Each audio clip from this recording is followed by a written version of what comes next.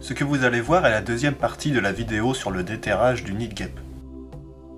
Si vous ne l'avez pas encore vue ou si vous souhaitez la revoir avant de regarder celle-ci, le lien est disponible en description.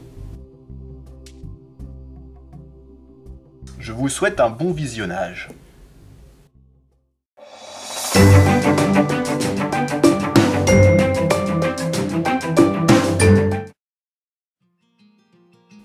Avant de nettoyer le nid, j'ai d'abord observé ce qui se trouvait en dessous de celui-ci. En effet, sous le nid se trouvaient d'innombrables cadavres de guêpes, et il semblerait qu'un cimetière se soit organisé ici. Dans ce dépotoir se trouvait un grand nombre d'asticots, j'ai pu en observer deux types différents. En voici un très particulier, recouvert d'appendices sur ses côtés. J'ai tenté de trouver son nom en effectuant quelques recherches sur internet et dans des livres d'identification, mais je n'ai rien trouvé de concluant. Celui-ci se trouvait dans le dépotoir, mais également dans les alvéoles vides du nid. Je me demande s'il ne s'agit pas d'un parasite. Alors, je sais pas jusqu'où ça va comme ça, mais... Et puis dans le fond, c'est que du cadavre. Alors est-ce que c'est les... Est-ce que quand il meurt au fur et à mesure de l'année, il reste dans le fond, enfin il meurt au fond du nid, ou est-ce que c'est toutes les guêpes de cette année qui sont mortes?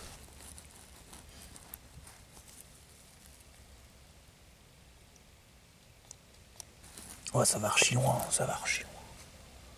C'est le cimetière? Ouais, je crois que c'est le cimetière, ouais. Ça grouille de verre. C'est pour ça que ça pue, je pense. Bon, bah ça continue encore, mais après je passe plus la main. Alors, la galerie du fond.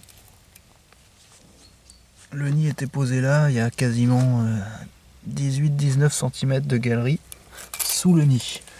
Et c'est rempli de déchets, de cadavres, enfin surtout de cadavres. Ça pue. Et la taille de la galerie faisait quasiment 40 cm de large sur 28-29 de large également, et en hauteur. En hauteur, ça s'arrêtait là, donc on est à 30 cm. À peu près, quoi. Nous avons donc une galerie principale qui accueillait le nid de 30 cm de haut, ainsi qu'une largeur de 40 cm d'un côté et de 28 cm de l'autre. Donc toutes les quantités de terre qu'on voyait remonter toute l'année, c'était bien pour creuser tout ça. On voit que ça fait une forme un peu circulaire là, puis ça repassait par au-dessus comme ça. Tout ce que j'ai remonté du trou, c'est en fait un dépotoir, des cadavres en décomposition. Et c'est plein d'asticots.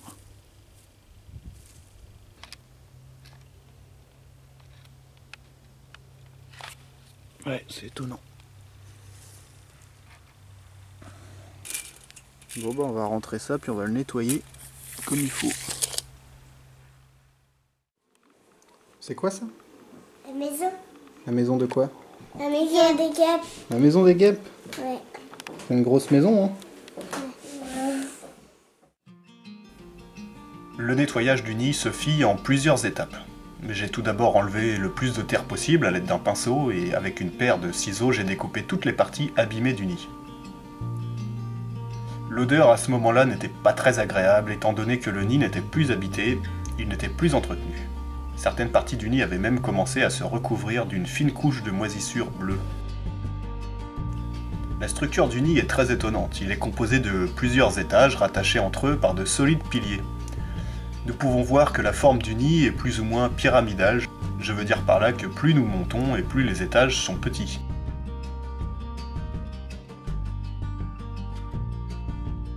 Chaque étage est composé de multitudes d'alvéoles, celles-ci positionnées tête en bas.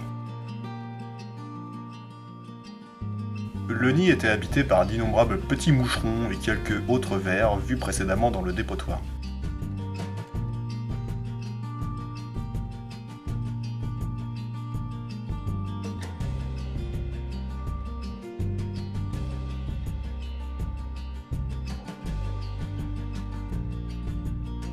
Une fois les piliers retenant les étages entredécoupés, il est facile de les séparer afin de réaliser quelques observations et approfondir le nettoyage à l'intérieur du nid.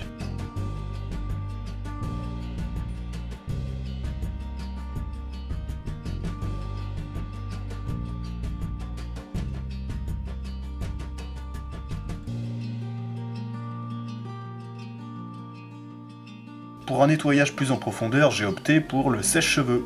Il a l'avantage de repousser plus efficacement la poussière contenue dans le nid, mais aussi de faire fuir tous les moucherons qui se trouvaient à l'intérieur de celui-ci.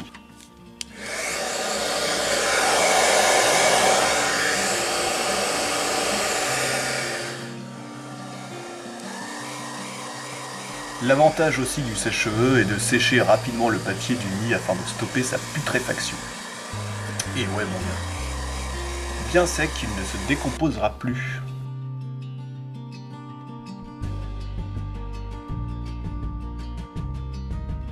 Extermination des moucherons à l'aide du sèche-cheveux.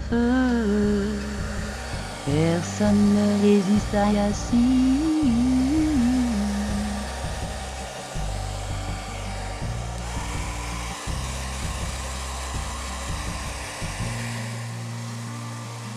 J'ai remarqué aussi que la chaleur dégagée faisait fuir quelques vers qui étaient bien cachés dans les alvéoles du nid. Le nid est à l'heure actuelle stocké au sec, je le ressortirai dans une prochaine vidéo afin de l'observer de plus près.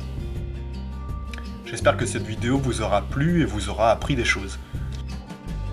Ce fut un réel plaisir pour moi de déterrer et de nettoyer ce nid. J'ai hâte de l'observer avec vous prochainement. Je vous dis à bientôt et boujou!